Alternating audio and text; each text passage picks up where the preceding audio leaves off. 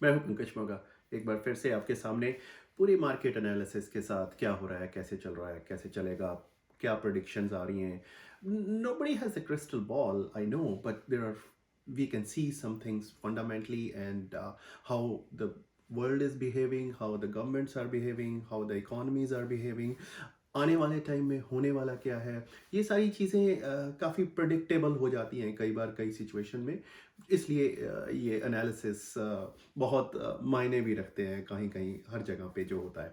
सो हुआ क्या है, लेट्स से कनाडा की बात करते हैं या यूएस की बात करते हैं, वर्ल्ड की बात करते हैं। इकोनॉमी वाइज लगभग जो प्रोडक्टिविटी है वो 30 से 40% डाउन हुई है, which is a big thing. कभी किसी ने सोचा भी नहीं था, कभी किसी ने अपनी लाइफ टाइम में देखा भी नहीं है कि इस तरह से चीज़ें हो जाती हैं। सो 30 से 40% इकॉनमी एकदम पोज पे आ गई है। हम फुल स्टॉप लगा दिया है कि यस, फ्रोजन, वो सिचुएशन में आ गई है। और इस सिचुएशन में हो क्या रहा है, हर गवर्नमेंट दुनिया की किसी भी कंट्री को उठा ले, वो स्टिमुलेशन पे स्टिमुलेशन दी जा रही है। कनाडा की बात करें, कितने तरह के प्रोग्राम इन्होंने दे दिए हैं। बिलियंस ऑफ डॉलर जो जा रहे हैं, लगभग 300 350 बिलियन डॉलर की बात हो रही है जो खर्चा होने वाला है हमारा, या आने वाले टाइम में होगा। इतना अप्रोक्सीमेट इतना माना जा रहा है। इसके साथ वो कर क्या रहे हैं, पैसा दे रहे हैं घर पे बैठ के सबको, काम चल रहा है, और वो टाइम बाय कर रहे हैं बेसिकली।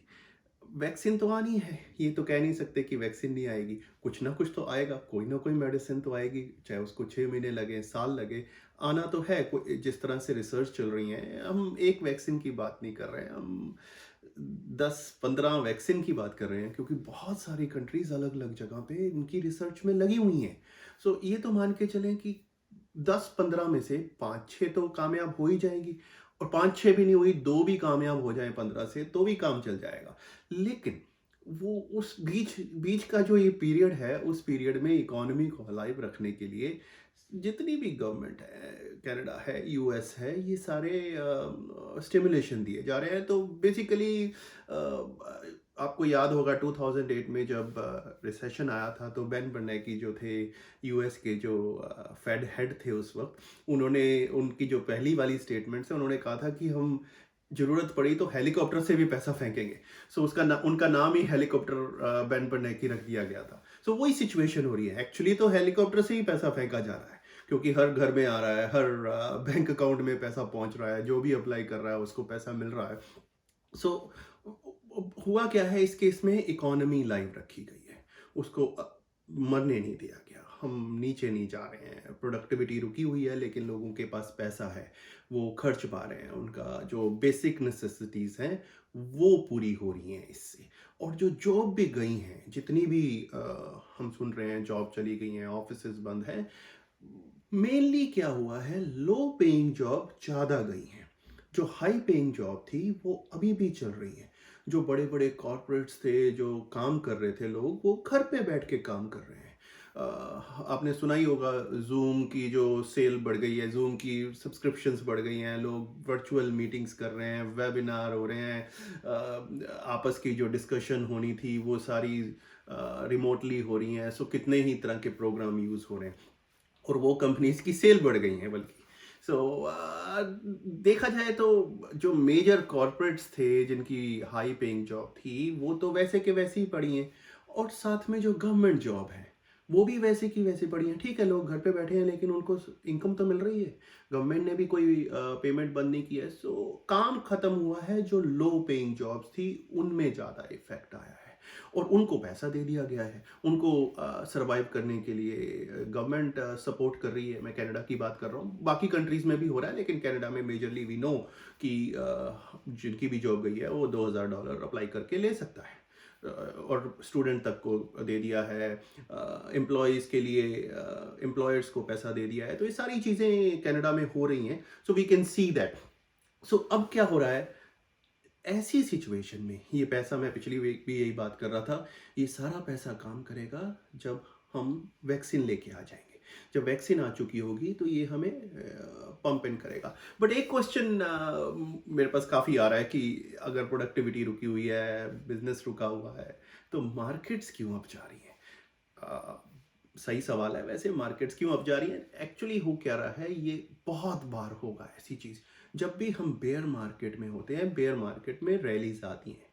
सो रैलीज़ उनको उठा के ले जाती हैं। और दूसरी चीज़, इसमें थोड़ी-सी चीज़ अलग भी देखी गई है इस मार्केट में। लोग ये मान के चल रहे हैं, जो इन्वेस्ट कर रहे हैं, कि वो they are not seeing next 6 months, they are seeing next 2 years. So वो ये मान के चल रहे हैं कि साल डेढ़ साल में वैक्सीन आ जाएगी, 2 साल में नॉर्मल तो होगा ही होगा सब कुछ। सो वो 2 साल बाद की बात कर रहे हैं। सो वो उन जगह पे जा रहे हैं जो जिन्होंने उठना ही उठना है। सो मार्केट इस वजह से भी उठी है। लेकिन मैं ये कहूँ कि मार्केट यहीं खड़ी रहेगी, no. There will be a volatility, there will be a bad news. So उस केस में ये मार्केट फिर से झटका मारेगी नीचे, जो कि चलता रहेगा। ये गैप्स आते रहेंगे, ऊपर जाएगी नीचे जाएगी, ऊपर जाएगी नीचे जाएगी। ये नहीं हो सकता कि ये ऊपर ही चलती जाए, क्योंकि हम उस सिचुएशन में भी नहीं है कि ये जैसे हम 2019 में जैसे मार्केट ऊपर ही गई है, सिर्फ उस तरह से सिचुएशन नहीं आएगी, ये नीचे भी जाएगी। सो आप देखेंगे इसमें ये बहुत वॉलेटाइल रहने वाली है आने वाले टाइम में। अगर आप कहीं भी इन्वेस्ट कर रहे हैं तो सोच समझ के करना चाहिए, किस जगह पे करना है, कौन सी चीज़ उठेगी, कौन सी चीज़ें नहीं उठेंगी।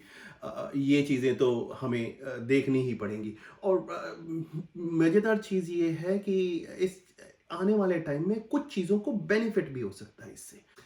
सो आने वाले टाइम में ये मान के चलें कि पहले जैसे पूरा बिजनेस ग्लोबल हो गया था, हम हर जगह से चीज़ें ला रहे थे, कहीं भी चीज़ें बन रही हैं, लेकिन अब वो सिचुएशन चेंज होने वाली है। चेंज क्यों होने वाली है? जब ये सारा पैंडेमिक आया, ये सब चीज़ें आई, तो हमने ये नोटिस किया कि हम वेस्टर्न कंट्रीज़ में तो कुछ बना ही नहीं रहे हैं बेसिकली।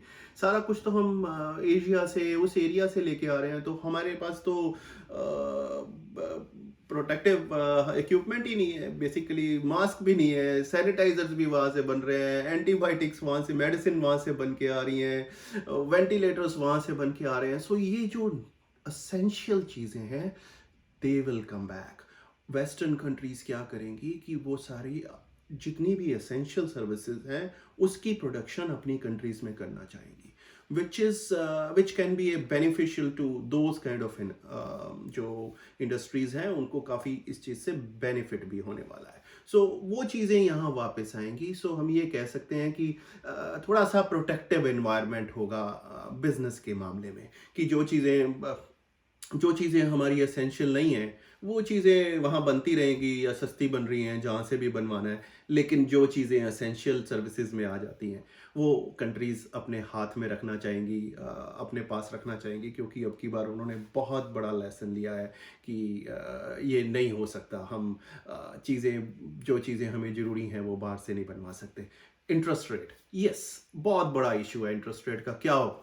ये मान के चलें आप, इंटरेस्ट रेट अब हम लॉन्गर टाइम तक इंटरेस्ट रेट में इसी लेवल्स पे रहेंगे।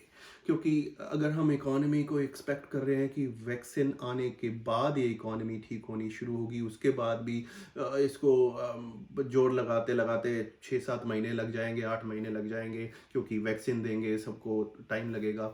सो उस पीरियड तक इंटरेस्ट रेट बढ़ने के चांसेस तो है ही नहीं। सो मान के चलें कि अगले 2 साल तो हम इस लो इंटरेस्ट रेट एनवायरनमेंट में रहेंगे, लेकिन उसके बाद भी ये इंटरेस्ट रेट इतना तेजी से ऊपर जाने वाला नहीं है। सो धीरे धीरे ही ऊपर जाएगा। सो इंटरेस्ट रेट के बारे में 2-2.5 साल 3 साल आप बड़े, 2 साल तो एटलीस्ट आप बड़े कंफर्टेबली रह सकते हैं। हाउसिंग मार्केट पे बात करते हैं।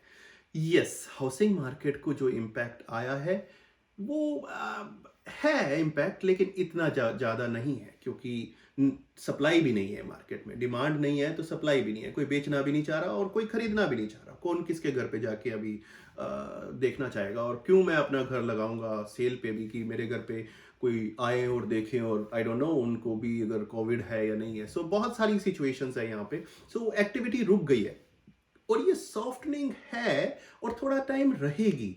जब ये खुलना भी शुरू होगा तो हो सकता है एक बार एक थोड़ा सा अपटिक आए, जून जुलाई अगस्त, बट उसके बाद फिर से थोड़ी सी नीचे जाएगी। सो ये सॉफ्टनिंग रहेगी, बट मैं एक्सपेक्ट नहीं कर रहा हूँ कि प्राइजेस बहुत ज़्यादा कोई ड्रास्टिकली इफेक्ट आ जाएगा। 5%, 10%, 15%, इससे ज़्यादा मैं एक्सपेक्ट नहीं कर रहा हूँ, बट ये भी शॉर्ट लिव्ड होगा, क्योंकि शॉर्ट लिव्ड का मतलब है जैसे ही इकोनॉमी बाउंस बैक करेगी तो ये भी साथ में बाउंस बैक करेगी। सो शॉर्टर पीरियड के लिए आप देखेंगे कि थोड़ी सी सॉफ्टनिंग है रेजिडेंशियल मार्केट में, एंड कमर्शियल मार्केट में भी सेम ही सिचुएशन है। थोड़े टाइम के लिए आप देखेंगे, बट जैसे मैंने पहले बात की थी कि इंडस्ट्रीज वापस आएंगी, सो industrial can be in benefit here. So let's see होता क्या है, बट बड़ा ही शॉर्ट लिव्ड होगा। अगर हाउसिंग और रियल एस्टेट में अगर प्राइजेस नीचे गए भी तो ये वापस उठने की उम्मीद है। हो सकता है थोड़ा कॉन्डो मार्केट ज़्यादा हिट हो इस सिचुएशन में, बट फिर भी उठने के चांसेस बड़े बहुत ज़्यादा हैं जैसे ही इकोनॉमी ठीक होनी शुरू होती है। सो आज का जो जितना मैं एनालिसिस कर सकता था आज किया मैंने। सो अगले वीक हम फिर से मिलेंगे। मेरी तरफ से सबको नमस्कार जी।